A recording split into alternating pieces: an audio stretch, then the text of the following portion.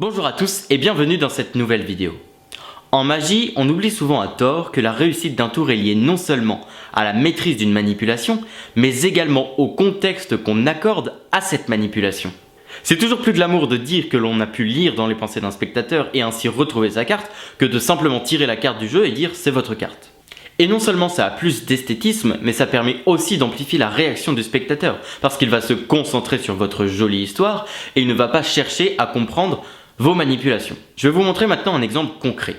J'ai un tour sur ma chaîne où je vous apprends à forcer une carte à un spectateur. Je vous mets le lien ici si vous n'avez pas vu la vidéo et si vous ne savez pas comment forcer une carte.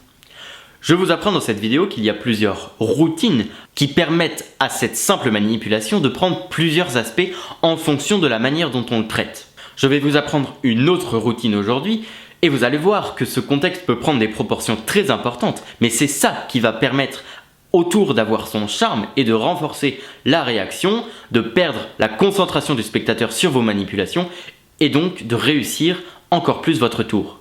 Nous allons imaginer que vous arrivez à forcer le 8 de cœur à un spectateur, c'est-à-dire qu'il pioche une carte et c'est le 8 de cœur parce que c'est vous qui l'avez décidé sans que cette personne se rende compte. Eh bien, autour de ce simple forcing, on va contextualiser et raconter une histoire, ici une comptine. Vous allez reprendre la carte forcée du spectateur et vous allez la remettre dans votre jeu. Simplement, vous allez lui indiquer que ce jeu n'est pas normal et que ce 8 de cœur, en passant dans ce jeu, eh bien, il va se retrouver dans un monde parallèle. Et ce monde parallèle est gouverné par un roi. Vous allez annoncer à votre spectateur qu'ensemble, vous allez faire une quête afin de retrouver sa carte. Vous allez donc questionner ce roi et savoir s'il n'aurait pas par hasard vu la carte du spectateur. Le roi vous répond que non, mais qu'il pense que si vous demandez au canard, il saura vous répondre. Le canard vous dit que non, mais il vous conseille d'aller voir le renard. Le renard ne sait pas non plus, mais soupçonne la poule à l'œil malicieux d'avoir piqué celle-ci. On se rend donc au poulailler pour aller voir la poule.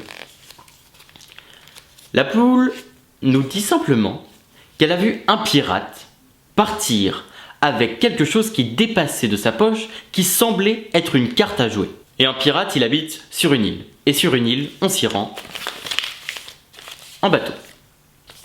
Malheureusement, au cours de notre quête, notre bateau est pris dans une tempête. Et crac, on perd notre mât. Heureusement qu'on peut compter sur l'étoile du berger pour nous guider. On arrive ensuite sur une île, l'île du pirate, sur laquelle on aperçoit une petite cabane.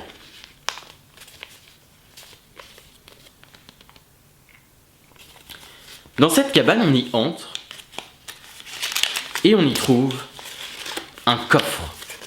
Ce coffre, on décide de l'ouvrir et qu'est-ce qu'on y trouve? Le 8 de cœur. Comme vous avez pu le comprendre, c'est toujours plus sympa d'avoir une histoire autour d'un tour de magie qu'une simple manipulation.